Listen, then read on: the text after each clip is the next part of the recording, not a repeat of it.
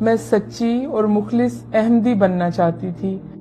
جس کے لیے میں قادیان گئی، لیکن میں نے جو حالات وہاں دیکھے اس نے مجھے قادیانیت سے قریب کرنے کی بجائے اسلام کے قریب کر دیا۔ میرا نام چندہ سمینہ کوثر ہے اور میرا تعلق چناب نگر سے ہے، جس کا پرانا نام ربوہ بھی ہے۔ میں نے بنیادی تعلیم ربوہ سے حاصل کی، FA BA، اور اس کے بعد میں نے B.Ed جو ہے چنیوٹ کالج سے کیا۔ B.Ed کے بعد مجھے جانے کا موقع ملا اسٹوڈنٹ بیس پہ سوئٹزرلینڈ، ادھر سے پھر میں نے مائگریٹ کیا بیلجیم میں۔ بیلجیم میں موجودہ میری سچویشن جو ہے وہ میں بطور جج فیملی کورٹ میں فرائض انجام دے رہی ہوں۔ میں پیدائشی قادیانی تھی۔ میرے خاندان میں سب سے پہلے میرے پردادا قطب الدین نے مرزا قادیانی کو امام مہدی مانا تھا۔ جب میں قادیانی تھی تو بھی اپنے آپ کو مسلمان ہی کہا کرتی تھی، بلکہ ٹرو مسلم کہا کرتے تھے ہم اپنے آپ کو۔ لیکن میرا اپنی والدہ کے ساتھ چھوٹی عمر میں قادیان جانے کا موقع بنا۔ یادداشت میری تھوڑی شارپ ہے، اس لیے مجھے ایک ایک دن یاد ہے قادیان کا۔ تو میں نے جو محسوس کیا کہ وہ ایک بستی میں سے ایک بدبو ہے، جیسے تعفن ہے، ہلکی ہلکی سی، یا جیسے کہتے ہیں کہ نالیوں کی یا گٹروں کی اس طرح کی ایک آتی ہے تعفن سا۔ دوسری میں نے چیز جو قادیان میں محسوس کی وہ تھی، ایک ان کا کمرہ ہے بیت الدعا، اس میں بہت لمبی لائنیں، اور کہتے ہیں اس میں جو جا کے دعا کرے گا وہ تو جنت کا بالکل ہی حقدار ہے۔ اس میں جب جانے کا موقع ملا تو اس میں ایک اور ہی قسم کی وحشت، اور دو تین لوگ ادھر کھڑے ہو سکتے ہیں، جلسے کے دن تھے۔ تو اس بیت الدعا میں مجھے کوئی بھی روحانی چیز نہیں نظر آئی۔ تیسری جو چیز تھی وہ تھا منارۃ المسیح، اس کے گرد جو طواف کرنا یا اس پہ ہاتھ لگا کے چومنا اور پورے جسم پہ لگانا اور اپنے منہ پہ ملنا، اور اس کے اندر بھی جا کے چھوٹی سی جگہ ہے تو وہاں پہ بھی جا کے مجھے کوئی بھی سکون نہیں ملا۔ چوتھی چیز تھی مرزا قادیانی کی قبر، جو بھی جاتا ہے وہ لازمی طور پہ ایک مرزا قادیانی کی قبر کے اوپر، اور جس پہ وہ واک کیا کرتے تھے، سیر کیا کرتے تھے اپنی زوجہ کے ساتھ اسٹیشن تک، وہاں تک جانا بہت ضروری ہے۔ تو جب میں اپنی والدہ کے ساتھ وہاں پہ چلتی تھی تو کوئی روحانی کچھ بھی ایسا منظر بالکل بھی نہیں ہے، اور لوگوں سے میں پوچھتی تھی کہ شاید مجھے نہیں محسوس ہو رہا، خالہ جان آپ کو محسوس ہو رہا ہے ایسا کچھ کہ ہم مکہ کی گلیوں میں ہیں یا مدینہ کی ہواؤں میں ہیں، فضاؤں میں ہیں؟ لیکن چونکہ سب پیدائشی قادیانی ہوتے ہیں تو پیدائشی قادیانی کا کوئی رائٹ نہیں ہوتا کہ وہ اس مقام کے بارے میں بات کر سکے۔ جس عقیدت اور محبت اور احترام سے ہمارا قادیان کا سفر رہا، تو وہاں پہ جا کے جو ایک تصور تھا ایک روحانی ماحول کا، ایک خوشبودار زمین کا، ایسا بالکل بھی کچھ بھی نہیں تھا۔ لوگ بس اپنے تئیں اس کو مکہ مدینہ کا درجہ دیے بیٹھے ہیں۔ اس کے بعد جب میں نے مرزا قادیانی کی کتابیں اس لو سے شروع کی کہ مرزا قادیانی نے خود کہا ہے کہ ہر احمدی پہ 3 دفعہ میری کتابیں پڑھنا لازم ہے، تو مجھے پتا چلا کہ حضرت عیسیٰ علیہ السلام جو خدا تعالیٰ کے سچے نبی تھے اور پاکیزہ ماں سے پیدا ہوئے تھے، ان کے بارے میں جو گستاخانہ باتیں تھیں وہ میں جب اپنے والد سے شیئر کرتی تھی تو میرے والد جو ہیں بہت زیادہ خفا خون ہوتے تھے کہ یہ کوئی مولوی تمہیں پٹی پڑھاتا ہے۔ جیسا کہ روحانی خزائن جلد نمبر 19 میں مرزا قادیانی نے خود اپنے ہاتھوں سے تحریر کیا ہے کہ نعوذ باللہ حضرت عیسیٰ علیہ السلام جو ہیں وہ شراب نوشی کرتے تھے۔ تو اس طرح کے بہت سارے کفریہ کلمات ہیں جو ایک نبی کی شان کو بالکل بھی زیب نہیں دیتے۔ اس کے بعد جو کچھ ایسی باتیں ہوتی تھیں کہ بہت ہی زیادہ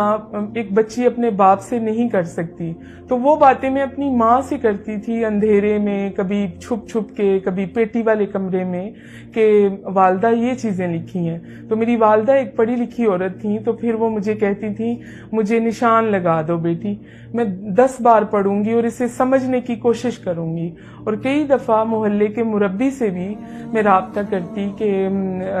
آپ تو ہمارے استاد محترم ہیں، ہماری رہنمائی کریں، یہ باتیں دل میں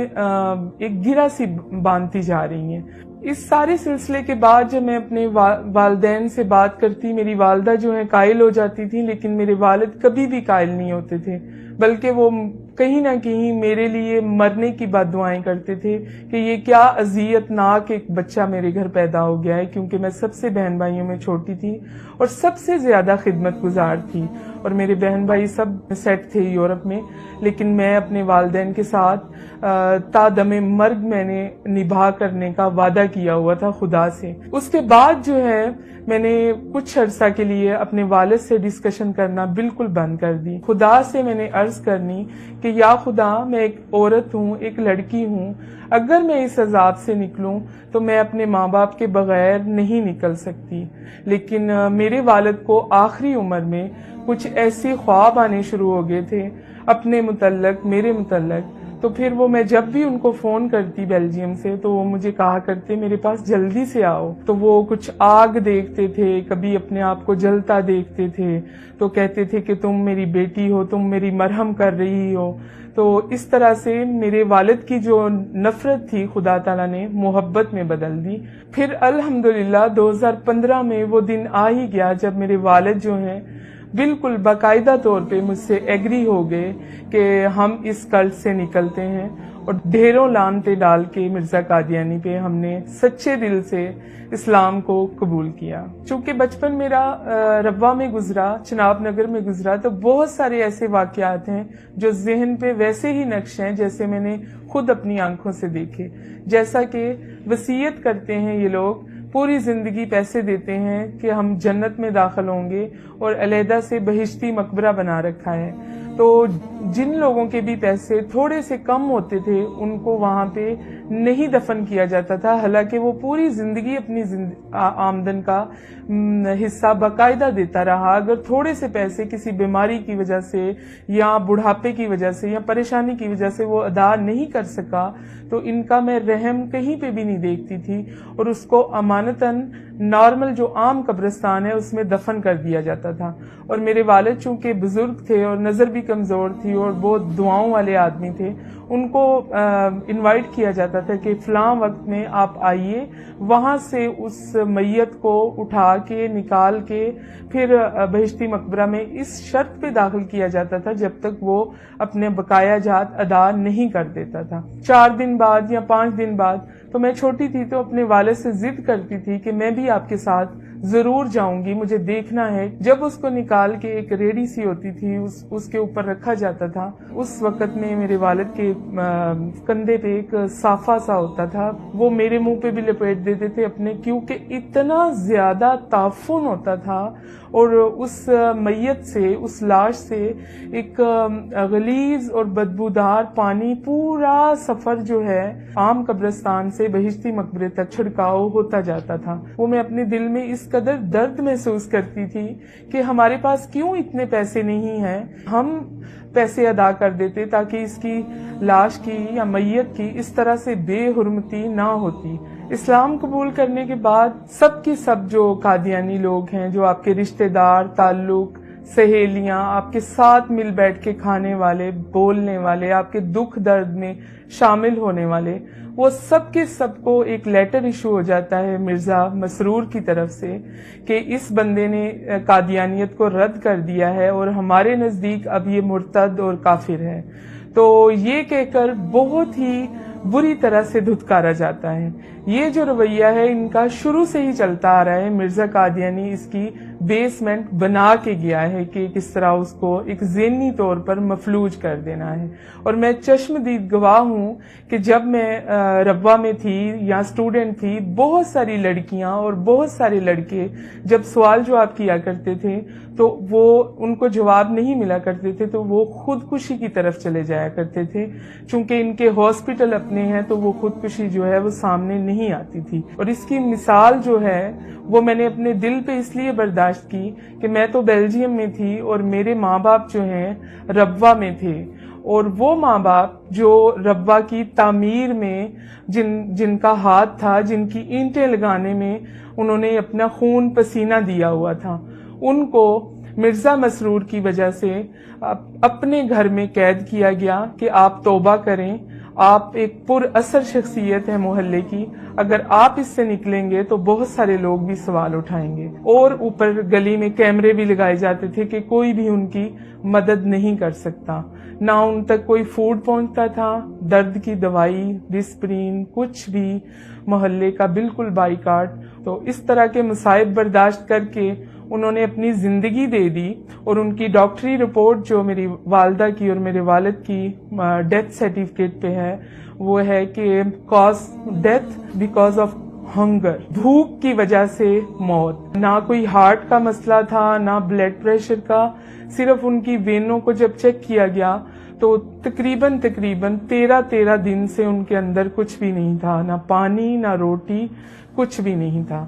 اور وہ چھت پہ کھڑے ہو کے گلی میں لوگوں سے فریاد کرتے تھے کہ ایک سوکھی روٹی دے دو۔ وہ عورت جو قادیانی مربیوں کے لیے 40 لوگوں کے لیے ایک ٹائم میں کھانے بناتی تھی، وہ آخری عمر میں ایک لقمہ روٹی کے لیے ترس گئے اور دنیا سے چلے گئے۔ میری والدہ کی بھوک کی وفات کے بعد میرے والد جو تھے وہ گھر میں اکیلے تھے، ان کے پاس نہ کوئی راشن تھا، نہ کوئی پانی تھا، نہ کوئی صاف کپڑے تھے، نہ کوئی دوائی تھی، کچھ بھی نہیں تھا۔ تو وہ اکیلے تھے۔ پھر میں نے رابطہ کیا UNO کے ادارے سے اسلام آباد میں کہ آپ میرے والد کو ایمبیسی کے تھرو چیک کر سکتے ہیں، کیونکہ میرے والد اور میری والدہ جو ہیں بیلجیم رہنے کے بعد وہ بیلجیم کے بھی سٹیزن رہ چکے ہیں، لیکن ان کا دل نہیں لگتا تھا تو وہ واپس آ جاتے تھے۔ اس سچویشن میں جب اسلام آباد کی ایجنسیوں نے ادھر سے رابطہ کیا تو میرے والد جو ہیں وہ گھر پہ نہیں ملے۔ بالکل قریبی ربوہ کی ایک سڑک پہ میرے والد کو جب لوگوں نے پہچان کے دیکھا اور وہ اس ادارے نے جب ان کو چیک کیا تو ان کے منہ میں بہت سارے بجری کے پتھر تھے جو وہ چوس رہے تھے۔ اور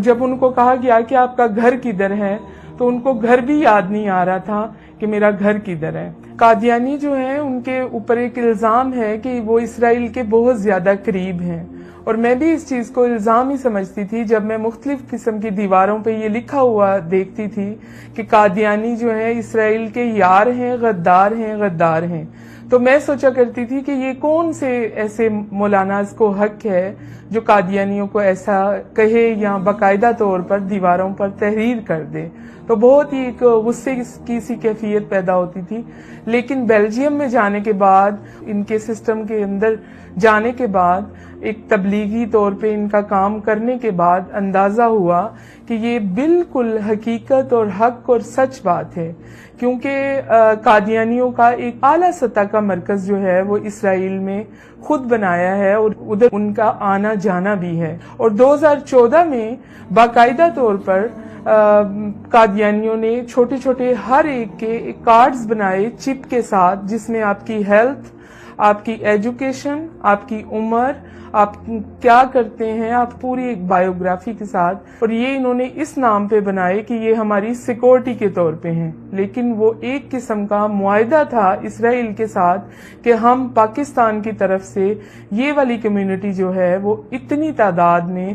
آپ کے ساتھ شانہ بشانہ کھڑے ہیں۔ تو میری یہ بات کا وہم اور یہ ایک غصہ اور نفرت یہ نکل گیا کہ یہ ایک الزام نہیں ہے، یہ حق اور سچ بات ہے۔ قادیانی جو ہیں وہ اسرائیل کے یار ہیں، اور یہ سچ ہے کہ قادیانیوں کو اسرائیل سے خاص قسم کی ایک انسیت ہے۔ ایک چیز جو میرے لیے اور بہت زیادہ قابل تکلیف تھی، اذیت کا باعث تھی، کہ جب بھی کوئی قادیانی مائیگریٹ کرتے ہیں پاکستان سے، یہ ایک ماحول کریٹ کرتے ہیں، سٹوری کریٹ کرتے ہیں پاکستان کے خلاف کہ مولاناز جو ہیں وہ ہمارے پیچھے چڑھ گئے، ہماری بچیوں کو خطرہ ہے۔ یہ صرف اور صرف پاکستان کو اس طرح سے ڈاؤن کرنے کی باتیں کرتے ہیں کہ یہ ایک بہت ٹیرورسٹ سا کنٹری لگتا ہے دیکھنے والے کو، جس کی ایک مثال یہ ہے کہ پاکستان کے جو تحفظات ہیں یورپ میں یا دوسرے ملکوں میں، وہ قادیانیوں کی وجہ سے بھی بہت زیادہ بڑھ چکے ہیں، جس کی وجہ سے پاکستان گرے لسٹ میں جانے تک کی نوبت میں آ چکا ہے۔ میں خلوص دل سے سب قادیانیوں کو ایک پیغام دینا چاہوں گی کہ جب آپ اس ماحول سے نکل کر بہت ہی ایک پرسکون زندگی کی طرف جانا چاہتے ہیں تو اسلام پہ غور و فکر کریں، قرآن پہ غور و فکر کریں۔ یہ نہیں کہ چند آیات کو آپ بحث کے لیے اٹھا لیں، اس پہ بحث کریں اور پورے قرآن کو آپ وہاں پہ دبا رہنے دیں. یہ تو کام منافقین کا تھا، کفار کا تھا جو وہ کرتے تھے. ضرور میرا ایک تہ دل سے پیغام ہے کہ مرزا قادیانی کی کتابوں کو اپنی عقیدت کا چشمہ اور محبت کا چشمہ اتار کے پڑھیے، سچے دل سے پڑھیے. اور ہمارے لیے ایک مشعل راہ ہیں عرفان محمود برق صاحب. کوئی کسی قسم کا بھی سوال ہو تو وہ آپ کی ضرور رہنمائی کریں گے اور عزت کے ساتھ آپ کے سر پہ پیار کی اور محبت کی ایک چادر بھی رکھیں گے جسے آپ کبھی بھی اپنے سے دور نہیں کر سکیں گے. اب میری زندگی کا مقصد صرف اور صرف یہ ہے کہ جو لوگ اندھیروں میں بھٹک رہے ہیں، جن کو راستہ کچھ بھی دکھائی نہیں دے رہا اور وہ اپنے تئیں سوال کرتے ہیں، اپنے تئیں جواب لیتے ہیں، ان کے لیے ایک آسانی میسر کرنا کہ وہ بھی اس نور کو پہچانیں، اس حق کو پہچانیں اور ایک سچے سفر کو جو زندگی میں بھی کامیاب کرے گا اور آخرت میں بھی شفاعت کا باعث بنے گا. اور زندگی بہت ہی آسان ہے فرمان مصطفیٰ صلی اللہ علیہ وسلم کے ساتھ، اور مرنا تو اس سے بھی آسان ہے شان مصطفیٰ کے ساتھ.